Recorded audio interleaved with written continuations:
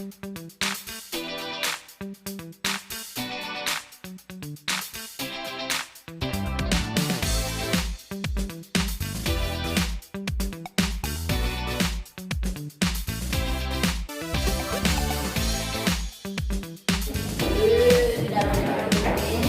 poin ketiga,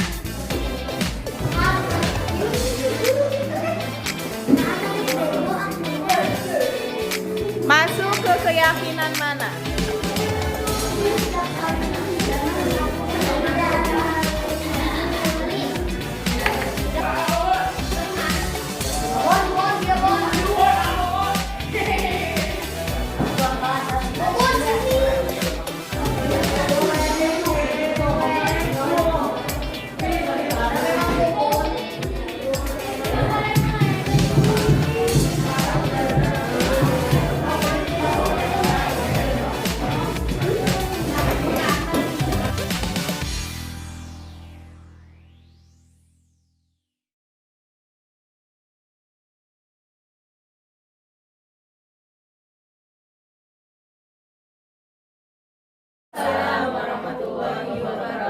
Alhamdulillahirrahmanirrahim. Wassalatu wassalamu ala asrofil anbiya'i wal mursalin wa ala alihi washabihi ajmain. Amma ba'du. Terima kasih Bapak Ibu Dewan Guru SDN Tugu Utara 2 yang telah memenuhi undangan untuk sosialisasi disiplin positif yang kemarin di-share di web kita, yang insya Allah hari ini akan disampaikan oleh pemateri kita, yaitu Kak Ibu Sri Suryaningsih, Sarjana Pendidikan Sekolah Dasar, yang nanti untuk sosialisasi ini tidak memakan waktu lama, hanya mudah-mudahan maksimal kita 1 jam beres sampai ke penutupan.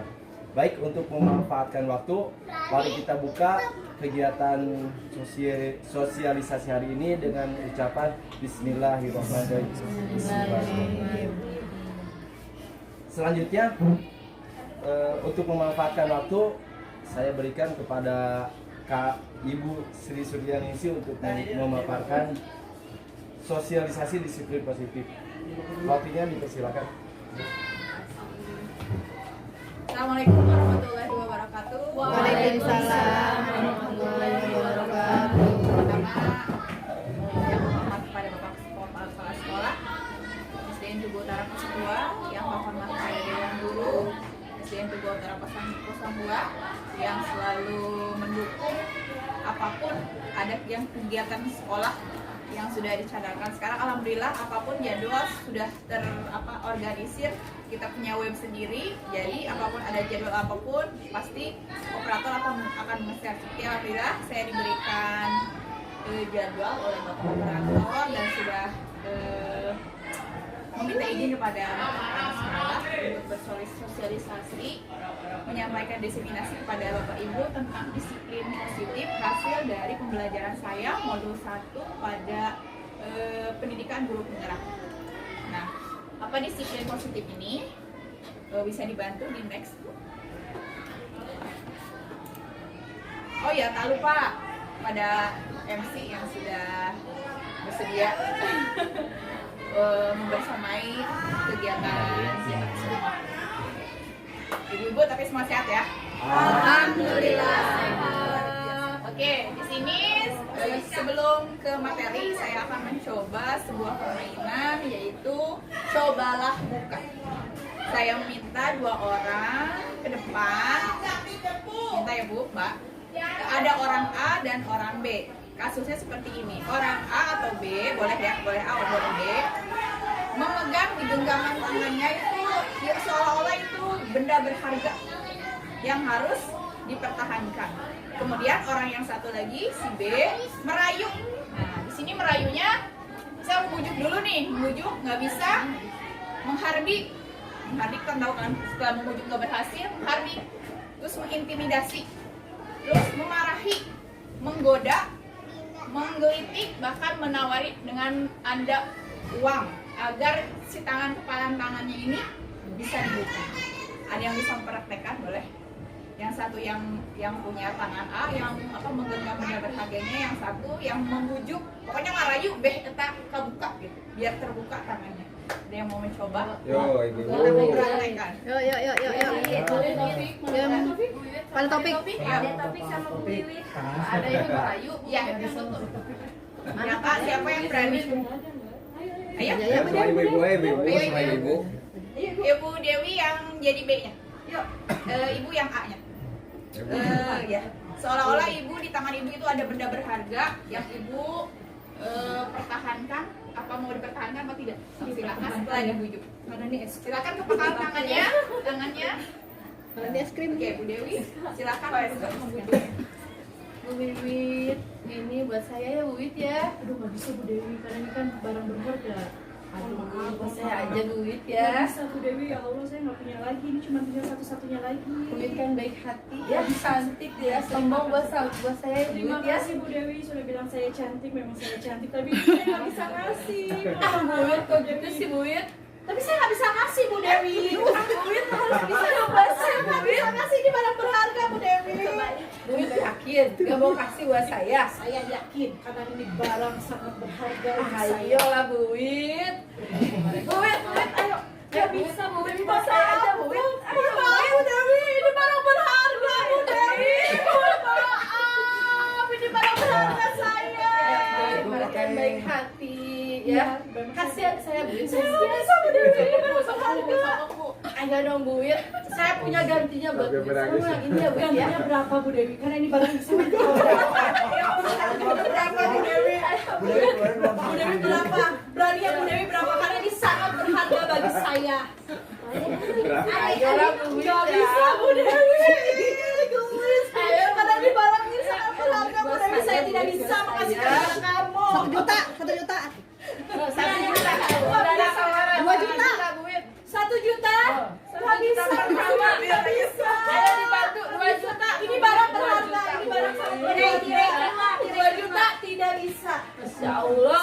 1 miliar, 2 miliar nggak bisa. Gak sanggup saya Bu Eci kalau kayak gini Bu Eci. Terima kasih Bu. Oke, bisa di next lagi Bu. Di next. Balik dia nanya kono berapa? Ya kita sekedar ini ya untuk ke materi selanjutnya kita paham dulu dari sini. Silakan.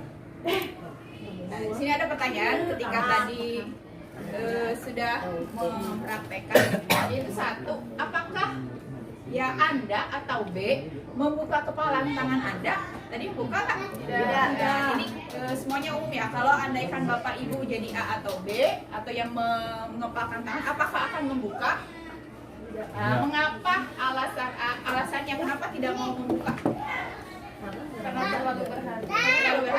Oke. Yang kedua, apakah Anda atau B menutup kepalan tangan Anda? Ya. Ya kan? Mengapa alasannya B tetap menutup A atau B menutup kepalan tangan Anda? Tadi Bu Wiwit menutup alasannya kenapa? Sangat berharga. Karena barangnya sangat Barangnya berharga. sangat berharga. Pertahankan. Nah, jelas ya. Sekarang pertanyaan ketiga. Dalam kegiatan ini, sesungguhnya siapa yang memegang kendali atau kontrol untuk membuka atau menutup kepalan tangan? Wiwit. Yang membujuk. Kontrol. Memegang kendali atau kontrol untuk membuka.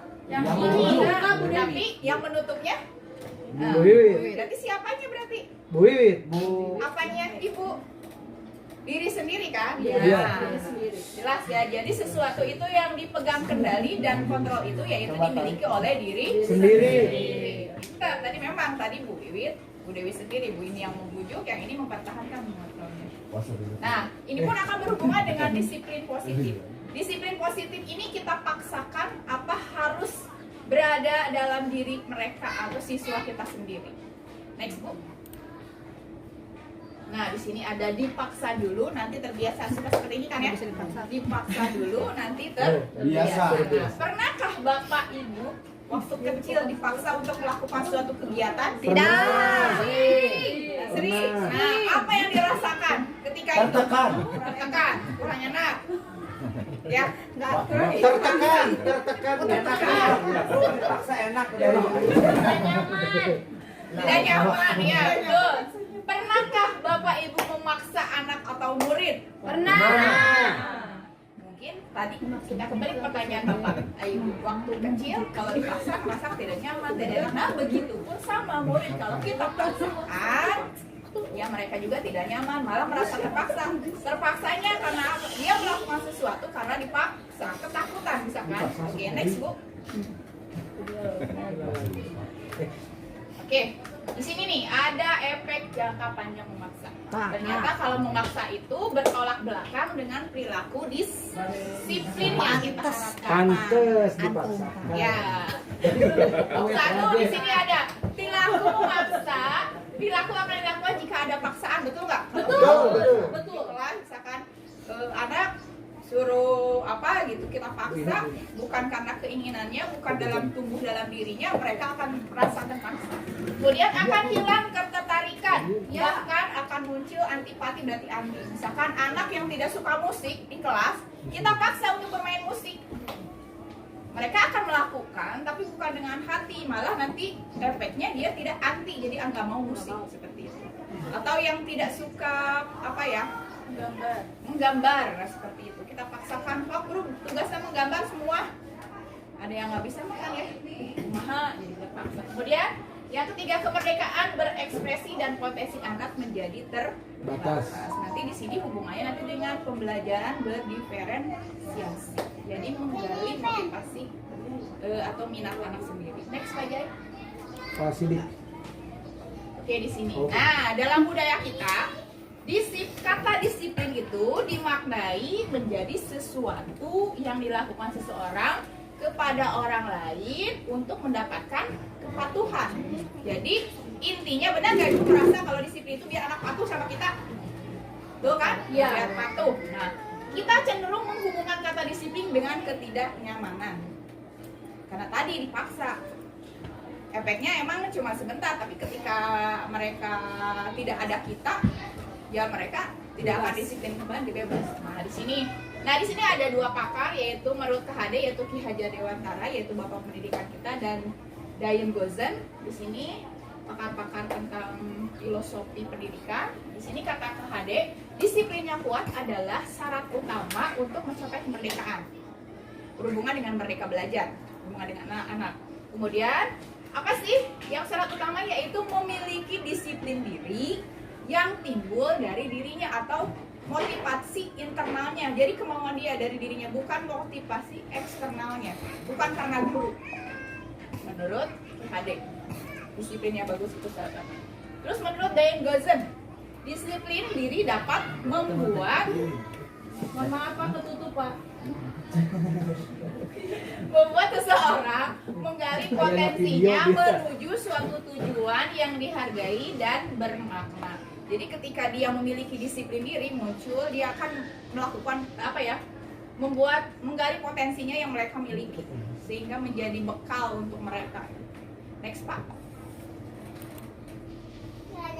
Oke, di sini apa saja cara yang positif yang bisa kita lakukan selain memaksa? Nah, satu, mengajak atau mendorong murid melakukan kegiatan yang mereka senangi.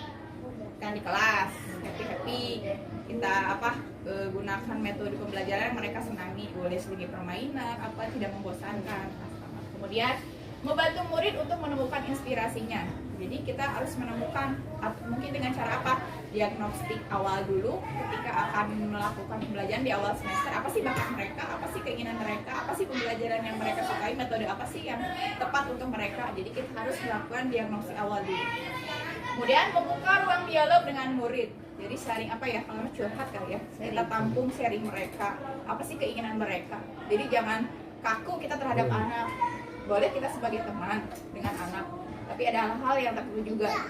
Nanti kita bahas posisi kita di kelas itu seperti apa sih? Apakah teman?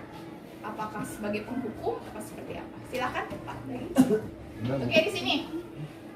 Nah, di sini motivasi perilaku manusia. Tadi kan ada memunculkan motivasi intrinsik anak ya.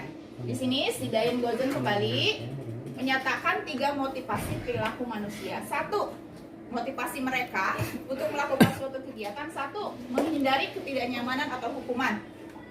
Ya, misalkan kamu harus melakukan ini biar tidak, kalau tidak bapak hukum nih. Nah, berarti masuknya ke sini. Anak itu perasaannya dia memiliki motivasi, tapi karena menghindari ketidaknyamanan atau hukuman. Terus yang kedua, untuk mendapatkan imbalan atau penghargaan dari orang lain. Contohnya, ayo siapa yang bisa menjawab ibu kasih 5.000? Nah, motivasinya hanya karena penghargaan, bukan dari diri dia sendiri. Ribut. Oke, yang ketiga, Pak, silakan.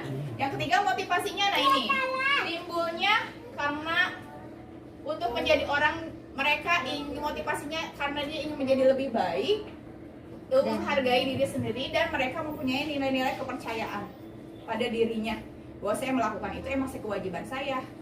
Jadi kita tuh berusaha untuk menggali motivasi intrinsiknya, bukan karena motivasi eksternal dia bisa menjadi disiplin. Pak, maju Pak. Lagi. Nah, kemudian di sini, nah mari kita renungkan. Sebelum kita mendisiplinkan anak, di sini ada sebuah renungan sebagai seorang guru. Nah, Anda hadir mengajar di kelas karena apa?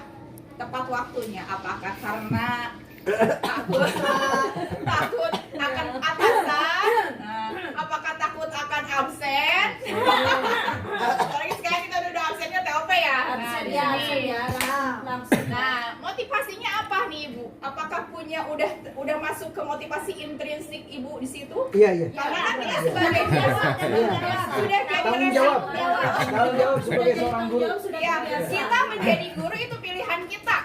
Waktunya seperti apa kerja itu, awalnya pulangnya jam berapa, terus di kelas harus seperti apa, itu udah jadi resiko kita dan tanggung jawab kita. Kita harus punya motivasi intrinsik. Kalau guru tidak mempunyai motivasi intrinsik dalam bekerja, apalagi muridnya seperti itu. Jadi harus kita bisa memunculkannya. Di sini ada motivasi apa yang mendasari tindakan Anda? Apakah karena hanya uang saja? Apakah karena adanya atasan jadi tepat waktu? Nah, bisa seperti itu. Apakah Anda datang tepat waktu karena tidak ingin ditegur oleh atasan Anda dan kemudian mendapatkan surat peringatan? Jadi Anda itu menghindari, atau Bapak Ibu itu menghindari ketidaknyamanan dan hukuman dari nomor 1 motivasi. Kemudian yang kedua, ayo lomba-lomba nih, yang disiplin dikasih penghargaan. Nah, kita jatuh ke motivasi yang kedua, mendapat imbalan dan penghargaan dari orang lain. Nah, apakah yang ketiga nih yang lebih baik? Anda ingin menjadi orang yang menghargai waktu, terus menghargai diri Anda sebagai teladan bagi murid-muridnya, dan apa karena Anda percaya tindakan Anda sebagai guru akan dicontoh murid-murid Anda? Silakan pilih motivasi apa Anda menjadi seorang guru, Bapak Ibu guru. 3. Apakah motivasi pertama, yang kedua, atau yang ketiga? Keempat. Merdeka belajar. Ya, oke. Jadi ada 3 motivasi menurut Diane Dozen. Jadi kita menuntut motivasi intrinsik pada anak, tapi harus kita dulu yang memunculkannya, menjadi teladan bagi murid-muridnya. Ingat, waktu, tepat waktu, oke. Bukan karena kita bekerja, bukan karena atasan, karena kita punya kewajiban terhadap anak. Tupoksi. Ya, tupoksi kita sebagai guru. Silakan Pak. Nah, di sini ada hukuman. Tadi disiplin pasti akan berhubungan dengan hukuman, konsekuensi, dan restitusi. Yang mana yang lebih baik yang kita lakukan, diterapkan di kelas atau di sekolah? Contohnya ini. Restitusi. Next. Langsung pijat aja. Oke, nah di sini hukuman itu ternyata menjadi identitas gagal bagi anak. Perbedaannya ini. Kalau hukuman sesuatu yang menyakitkan harus terjadi, jadi terpaksa anak tuh. Kalau enggak dengan bahas verbal atau fisik, misalkan kita menghardik anak itu sebagai sebuah hukuman, atau fisik misalkan anak terlambat, bersihkan WC. Nah, itu kan hukuman kan jatuhnya. Kemudian konsekuensi sesuatu yang harus terjadi, tapi atas kesepakatan dengan anak, itu masuk ke identitas sukses. Tapi yang lebih bagus yaitu restitusi, merupakan pilihan. Jadi anak memilih, kalau dia melakukan kesalahan, dia yang mengoreksi dirinya sendiri dan memunculkan gagasan mereka untuk memperbaiki kesalahan mereka sendiri. Jadi mereka yang melakukan, mereka juga dimunculkan solusinya apa. Kalau kita hanya menanyakan atau merangsang mereka supaya satu juga mereka untuk berpikir kritis mereka. Ibu rasa tanggung jawab.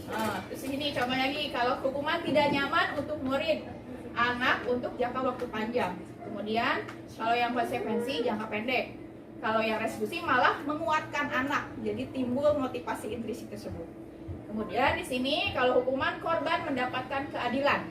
Kalau restitusi korban bisa diabaikan. Yang konsekuensi kalau yang restitusi korban mendapatkan ganti. Gantinya apa? Tadi solusi yang mereka keluarkan sendiri. Terus bisa minta maaf kan ke temannya. Kemudian murid akan tersakiti kalau hukuman, betul nggak? Jadi dendam tuh kita. Kemudian kalau yang konsekuensi murid akan dibuat tidak nyaman. Tidak, tapi merasa tidak nyaman. Tapi kalau restitusi, murid maka akan dikuatkan oleh dirinya sendiri. Karena dia yang berpikir, solusinya dia, mereka yang tahu, kita hanya mendukung dan menuntun mereka. Tanggung jawab. Ya. Next. Oke, di sini juga sama, banyak sekali. Ininya apa? Dilewat ya Pak? Sama aja.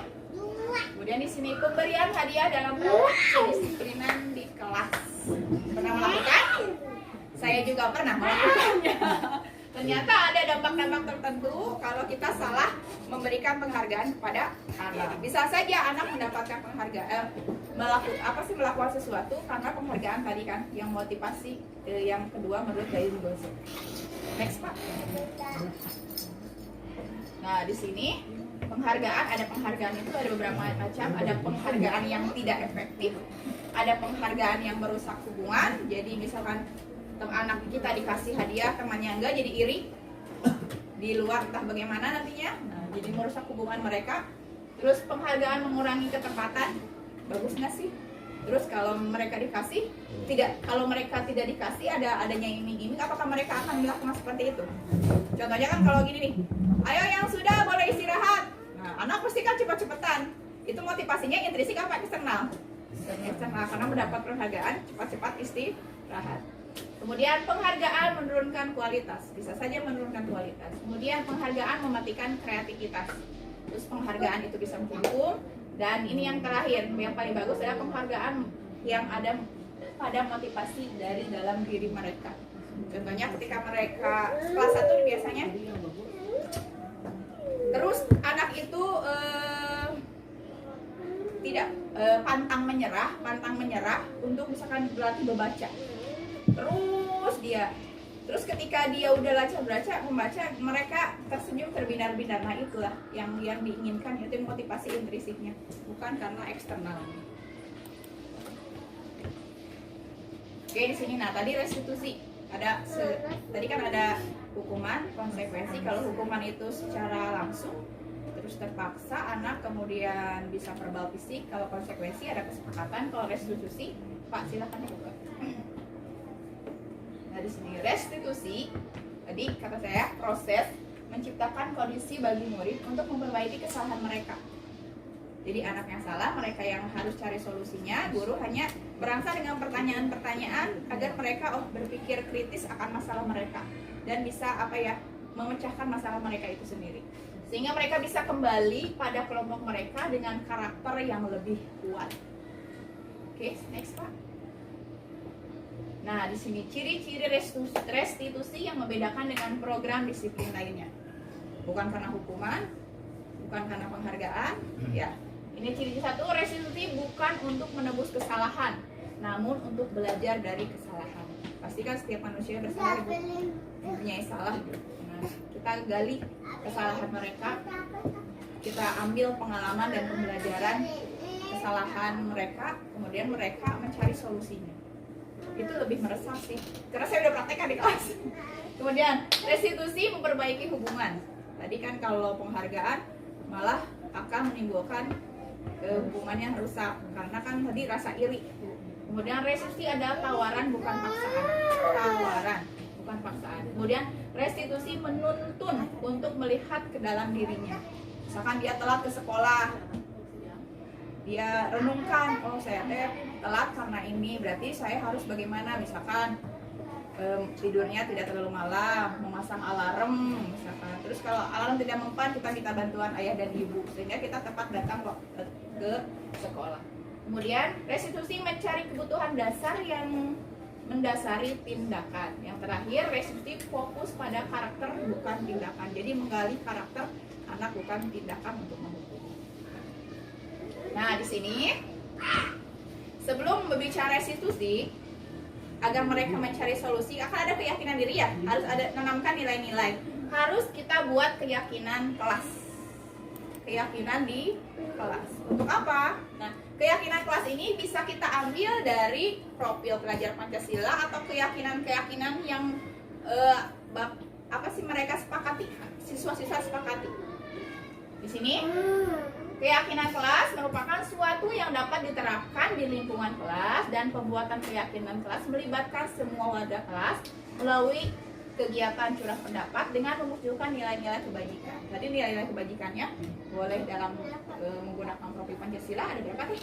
Yang gotong royong, mandiri, nah boleh seperti itu.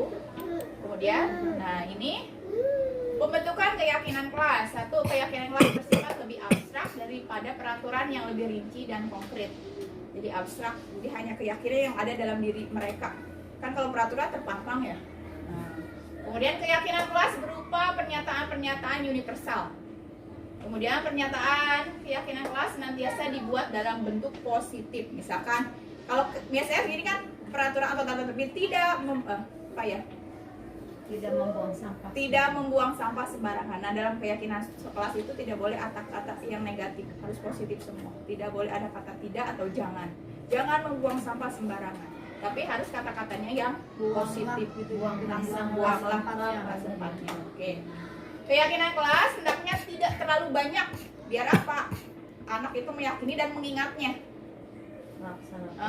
Kemudian melaksanakan keyakinan yang mereka buat, bukan guru yang buat tapi mereka buat sendiri. Terus keyakinan kelas sebaiknya sesuatu yang dapat diterapkan di lingkungan tersebut. Terus semua warga kelas hendaknya ikut berkontribusi dalam pembuatan keyakinan kelas, kemudian bersedia meninjau kembali keyakinan dari waktu ke waktu. Nah, setelah membuatnya, boleh kita tanda tangan semua murid, boleh ditempel, boleh biar ingat, boleh. Seperti nah ini. Nah, saya dulu sebelum ada ke modul ini, saya membuat kesepakatan kelas banyak sekali. Ada yang tidak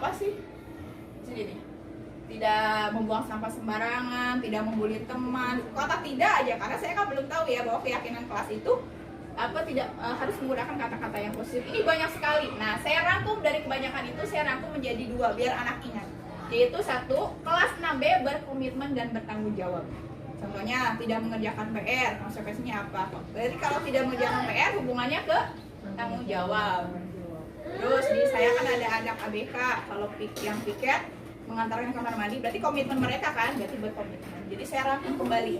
Jadi yang kedua, kelas 6B saling menghormati dan menyayangi. Karena tadi banyaknya kadang anak-anak sekarang membuli nama-nama orang tua terus kadang tidak, ketika guru memberikan pembelajaran ngobrol. Nah, saya rangkum menjadi saling menghormati dan menyayangi. Menghormati sesama, menghormati teman-temannya juga sama. Jadi saya rangkum dari yang sekian banyak menjadi 2 keyakinan kelas, yaitu 1 berkomitmen dan bertanggung jawab, yang kedua menghormati dan menghargai. Itu saya cukup merangkum dari semuanya. Jadi kalau anak melakukan kesalahan, saya akan panggil, saya akan restitusi anak tersebut menggunakan segitiga restitusi, nantinya akan tanya jawab.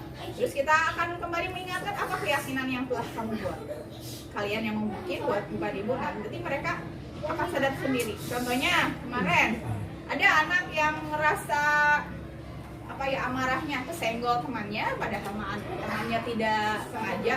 Namanya anak laki-laki langsung habok aja, emosi bok aja. Padahal yang itu gak sengaja. Nah, situ yang satu nangis, yang ini pun nangis. Ternyata setelah ditanya gini, kamu masih ingat keyakinan kelas kita? Langsung tidak saya suruh, langsung minta maaf.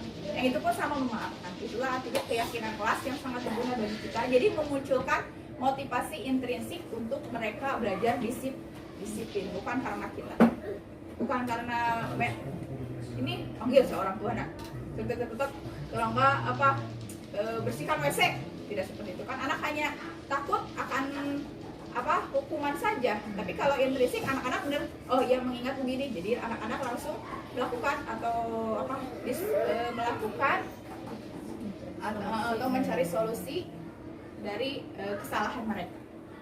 Di sini ada contoh keyakinan kelas 1. Setiap anggota kelas perlu belajar. Setiap anggota kelas perlu senang. Setiap anggota kelas perlu melakukan tugas. Setiap anggota kelas perlu saling menghargai, terus merasa nyaman. Contoh ini punya kelas 1. Boleh sesuai dengan kesepakatan dengan siswa, atau kalau kelas 1 biasanya dibimbing oleh guru ya, tidak akan mungkin ini. Kita setuju tidak seperti itu. Jadi ada curah pendapatnya. Yang kelas 5, nah, berkomitmen senantiasa, boleh seperti itu. Terus, nah di sini anak melakukan kesalahan bukan seolah-olah kita harus menyalahkan ya, tapi anak itu mempunyai kebutuhan dasar manusia, kebutuhan dasar. Ada apa saja kebutuhan dasar manusia? Di sini ada contoh pertanyaan mematik. Nah, di sini ada Ibu Nita, guru wali kelas 2A di SDN Pelita Hati, sedang bingung menghadapi ulas salah satu murid di kelasnya, yaitu Doni. Nah, di sini beberapa anak di kelas 2A telah datang padanya dan mengeluhkan Doni. Jadi teman-temannya mengeluhkan pada Bu Nita, mengeluhkan Doni seringkali meminta bekal makan siang mereka dengan paksa. Pasti salah satu ada ya, minta dengan paksa. Nah, jika Anda menghadapi situasi seperti Ibu Nita, apa yang Anda lakukan? Apakah langsung ini menghukumnya? Apakah dipanggil dulu kan? Kita tadi sudah ada klub untuk restitusi. Kemudian menurut Anda kira-kira belum? Menurut Anda kira-kira apa alasan Doni melakukan hal itu? Jadi kita harus cross check, cari tahu dulu, jangan langsung ngejudge. Kamu tidak boleh seperti itu. Nah, tapi kan ada alasan, dia punya kebutuhan. Apa sih kebutuhan dia? Kenapa bisa melakukan seperti itu? Dikasih jajan. Betul. Berhubungan dengan kebutuhan. Di sini, Pak. Next. Nah, apa saja sih kebutuhannya? Nah, kebutuhan manusia itu di sini dibedakan menjadi 5. 1, kebutuhan bertahan hidup. Kita juga pastikan segala pun kita juga memiliki kebutuhan untuk bertahan hidup. Nah, bersifat psikologis misalnya kesehatan, rumah, dan makanan. Mungkin tadi merasa lapar ya, dia bertahan. Jadi makanya jangan langsung menghukum, mengejas, tapi ditanya dulu anaknya kenapa melakukan hal seperti itu. Kemudian yang kedua, kebutuhan untuk diterima atau kasih sayang dan sukanya. Mungkin si Doni itu merasa ingin cari perhatian terhadap gurunya, mungkin di rumahnya kurang kasih sayang, bisa saja seperti itu kan. Kalau kita tanya dulu tanpa menjudge dia salah gitu. Kemudian yang ketiga, penguasaan atau kebutuhan pengakuan atas kemampuannya. Mungkin dia juga sama cari perhatian, saya paling kuat gitu gimana di kelas, jadi ingin melakukan hal seperti itu. Kemudian kebebasan atau kebutuhan akan pilihan. Nah, di sini ingin bebas berekspresi seperti apa si Doni. Kemudian di sini kesenangan. Apakah mungkin si Doni senangnya mengganggu temannya? Nah, di sini. Oke, terus Pak. Nah, saya di sini nih yang paling seru. Ada 5 posisi kontrol kita di kelas atau di sekolah. Manakah posisi yang Bapak Ibu miliki? Silakan Pak. Nomor 6. Oke, penghukum kah? Tidak. Pembuat merasa bersalahkah? Tidak. Misalnya gini, Dadah yuk, tolongin yuk, kamu jangan kayak gitu lagi. Ibu yang dimarahin kepala sekolah, kan merasa bersalah kan? Ya. Sebagai teman? Ya. Teman. Kemudian pemantau? Ya. Manajer? Ya. Yang mana yang paling baik? Silakan Pak. Oke, jangan lupa dibalik lagi Pak. Balik lagi Pak. Nah di sini kalau sebagai penghukum tadi ya, langsung anak ketika mendapat ada kesalahan langsung dihukum, misalkan suruh bersihkan kamar mandi, suruh disekor, kalau nggak suruh pokoknya penghukum. Kalau membuat merasa bersalah tadi, kamu jangan gitu-gitu lagi, kasihan dong sama ibu, misalkan kayak gitu. Jadi kan ngerasa bersalah. Anak tuh cuman hanya motivasi eksternal saja kan kalau yang ini. Yang teman, ini juga boleh kita sebagai teman, tapi harus memposisikan kita ya, harus ada kata menuntut juga gitu, menuntun pada anak. Tidak boleh membebaskan. Soalnya gini, anak kan nyamannya sama kita nih kalau belajar, ternyata kalau sama orang lain dia malah motivasi motivasinya itu hilang, misalkan malah jadi urakan. Nah, yang juga harus pandai-pandai menjadi memposisikan kita sebagai teman. Kemudian memantau, tadi berhubungan dengan konsekuensi. Tadi kita sudah membuat kesepakatan kelas bahwa konsekuensinya harus ini, misalkan tidak mengerjakan PR, hukumannya menulis sambung 50 halaman. Nah, kita pantau sebagai pantan. Nah, bagusnya adalah sebagai manajer. Jadi anak melakukan kesalahan, tadi kita panggil dulu, kita restitusi menggunakan segitiga restitusi. Gimana caranya? Nah, ini yang terakhir, yaitu menggunakan segitiga restitusi. Ketika anak melakukan kesalahan, mari kita mencoba menggunakan hal ini. Satu, restitusi apa? Tadi menciptakan kondisi murid ketika mereka melakukan kesalahan, mereka yang mencari solusinya sendiri. Bagaimana caranya? Ada 3, yaitu Pak. Next. 1. Nah, segitiga restitusi. Menstabilkan identitas, kemudian validasi tindakan yang salah, kemudian menanyakan keyakinan. Contohnya sini, menstabilkan identitas. Setiap orang pasti melakukan kesalahan kan kita panggil. Misalkan, nah, apakah kamu tahu kenapa ibu panggil ke sini? Nah, nanti kita terus diutus. Pastikan setiap orang itu pernah melakukan kesalahan. Kamu bukan satu-satunya orang yang melakukan kesalahan.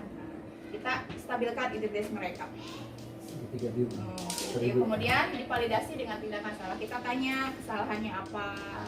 Terus nanti terakhir menanyakan keyakinan yang nanti berhubungan dengan keyakinan kelas yang sudah dibuat. Pak, next. Nah, di sini ada contohnya.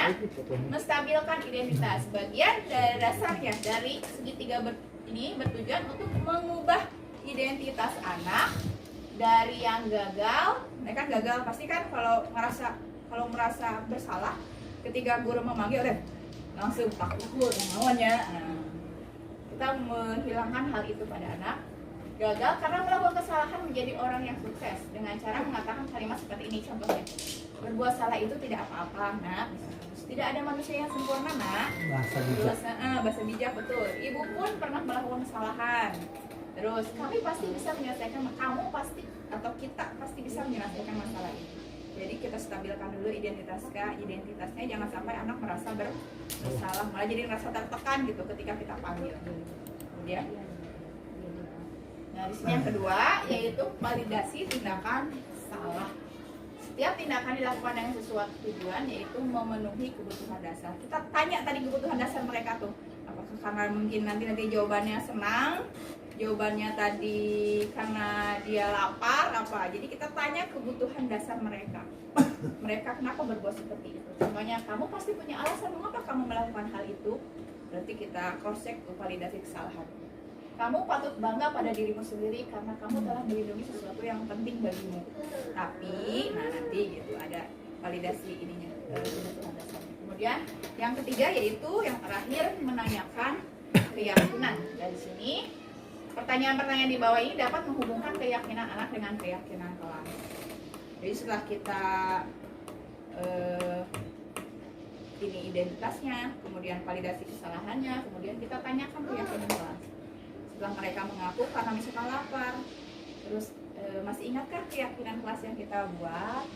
Terus apa solusinya dari masalah yang kamu lakukan?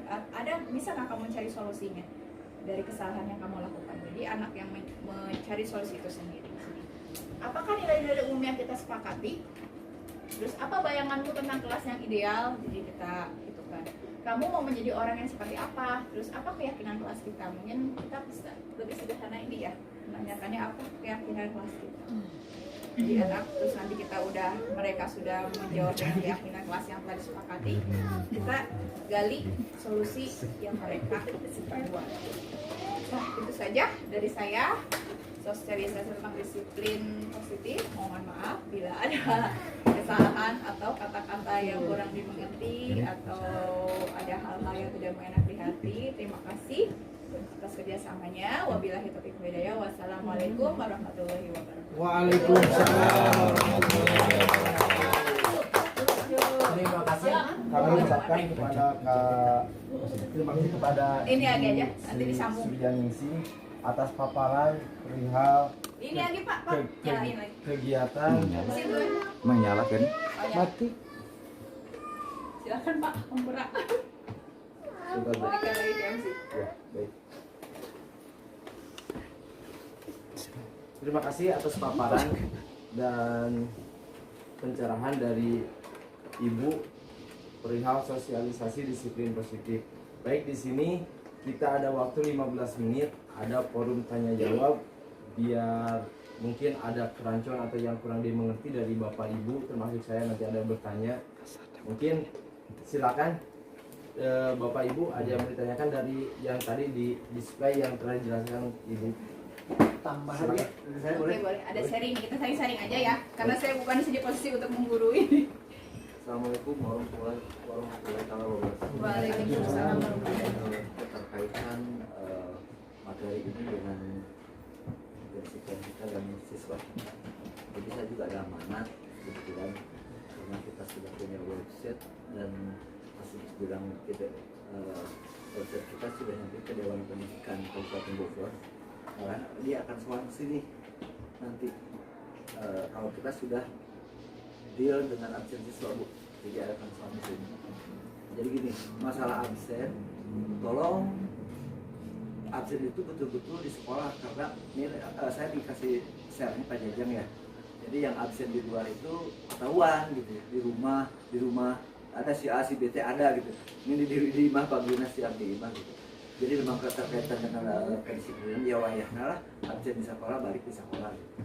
Kalaupun itu kan walaupun di rumah ya ketahuan kita oleh kepala sekolah, tapi kita tidak menjadikan kepala sekolah ini tidak, mungkin ya, hanya himbauan saja. Soklah ada tulis ayat manfaatkan sarana pelaksana yang di sini itu yang pertama. Yang kedua itu tadi nanti Dewan Pendidikan yang dari Kabupaten Bogor itu akan suan ke sini. Jadi kemungkinan besar akan bertanya pada kita guru gimana masalah Ini akan merestitusi kita ya. Kita, itu ya. Nanti waktunya akan ada informasi dari kepala sekolah. Yang ketiganya masalah anak.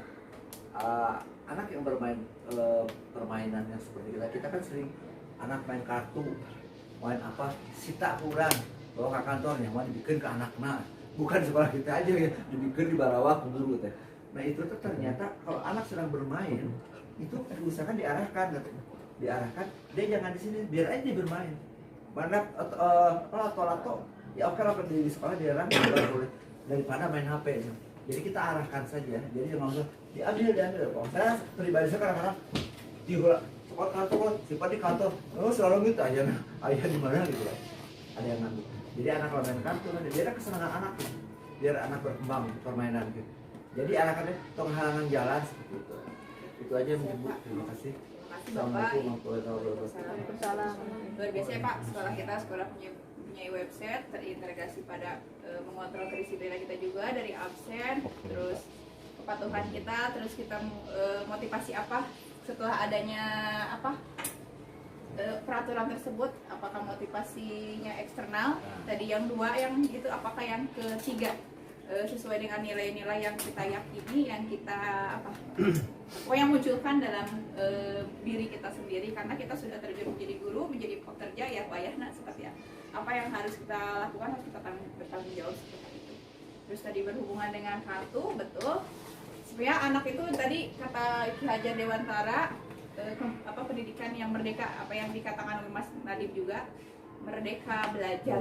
Nah, kita misalkan kartu nih Pak, kalau saya emang ada tuh anak yang main kartu di kelas. Kalau saya itu jadi inovasi buat saya. Saya buat permainan di kelas, main kocok, pak gede-gede angka.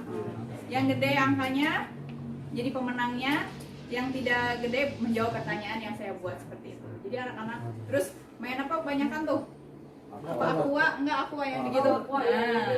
Jadi anak saling permainan itu di kelas saya lakukan seperti itu. Jadi saya ketika ada musimnya permainan, saya inovasikan dalam pembelajaran di kelas seperti itu. Munculkan ide biar anak juga senang, guru juga terima, terus tidak ada apa emosi nggak gegereh kendai.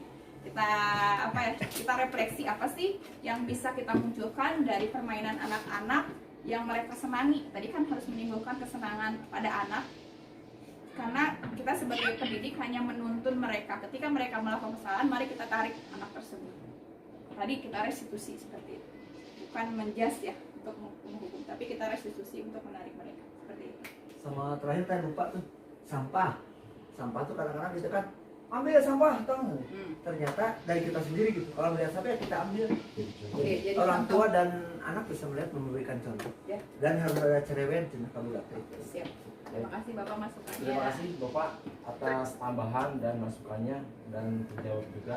Kemudian untuk perihal absen, lupa tadinya mau menginformasikan ya semalam di grup hanya diingatkan ke Bapak. Jadi mulai Senin sekarang akun untuk biar tahu lokasi kita akan diakses oleh Pak Jajang. Jadi kemarin dari Rabu kami cuma belum dikasih ke Pak Jajang. Mulai hari Senin akun misalkan Pak Sidi kemarin uji coba absen pulang di rumah jam 7:30 pokok kamar itu. Dan nanti untuk mulai Senin nanti Pak Jajang bisa dikontrol tuh. bisa. Oh misalkan posisi dikte ternyata emang Ali di WA Bapak masuk jam segini dan pulang jam segini, tapi untuk alamatnya tidak diketahui. Nah makanya untuk mengetahui alamat nanti Pak Jajang masuk di akun yang sudah ada longitude. Karena untuk absen Tugu Utara 2 kalau si absen si cantik itu kan terpatok di berapa ya areanya, nggak terlalu jauh Bu ya radiusnya 200. Kalau Tugu Utara 2 sampai ke rumah, nah sampai ke 1 kiloan. Berarti 100 ya? Ya, Bisa di rumah. jadi tinggal ya kembali tinggal update 2 kiloan kemarin Enggak lah, MK. kemarin dia saya jojokan 2 bisa Itu radius kan. radiusnya, karena kan kalau si cantik itu radiusnya kecil, kalau Tugu Utara 2 lebih besar radiusnya, hanya berarti kembali lagi ke diri kita masing-masing.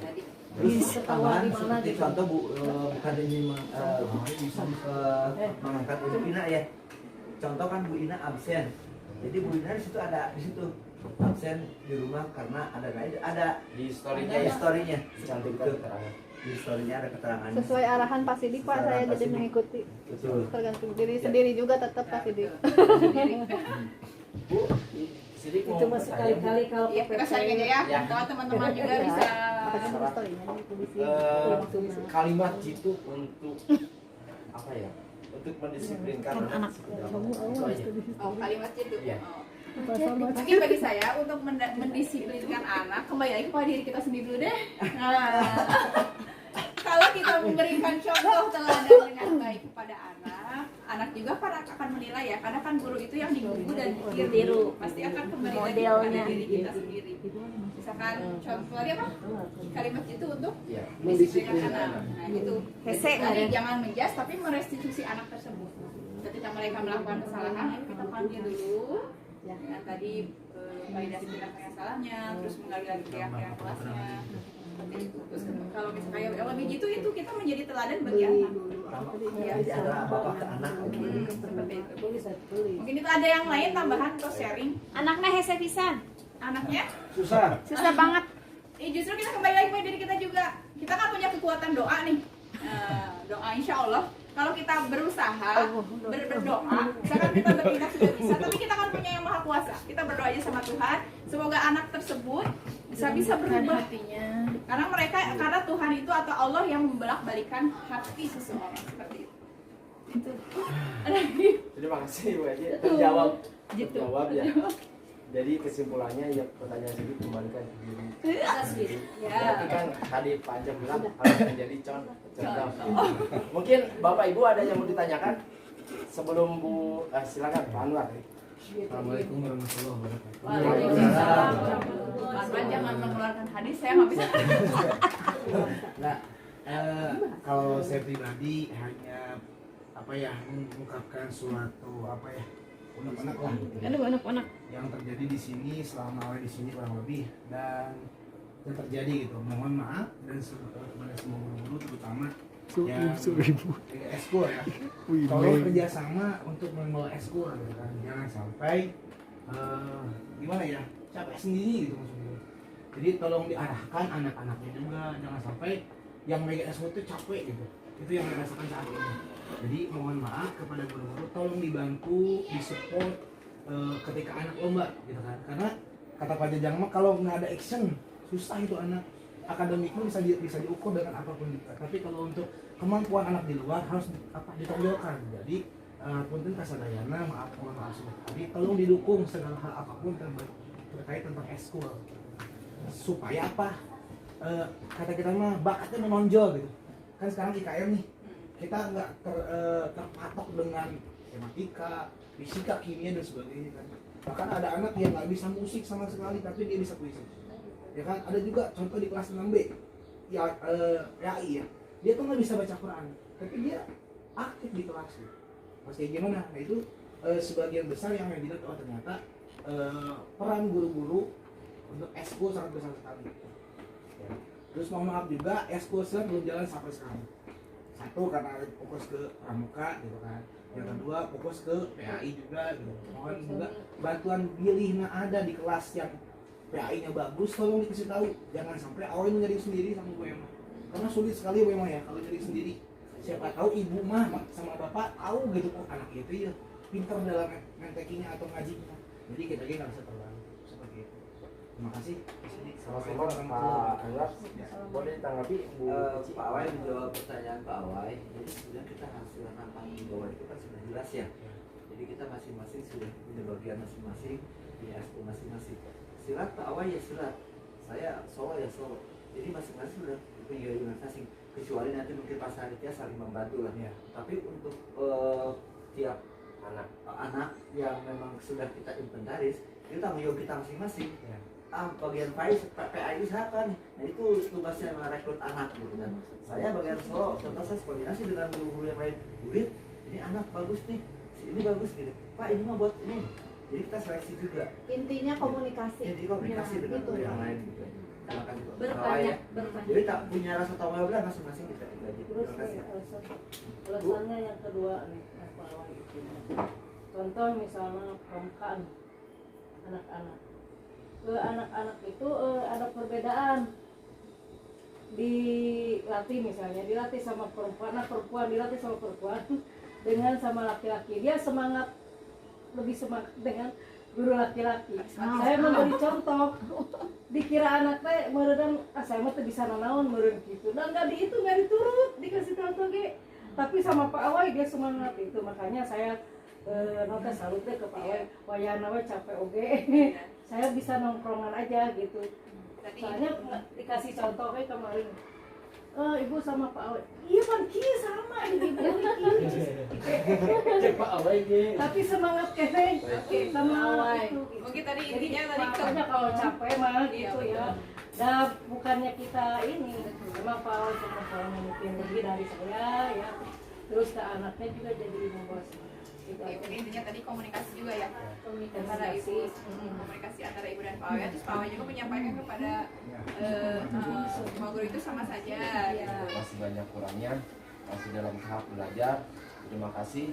Wabillahi taufiq wal hidayah. Wassalamualaikum warahmatullahi wabarakatuh. Waalaikumsalam. Terus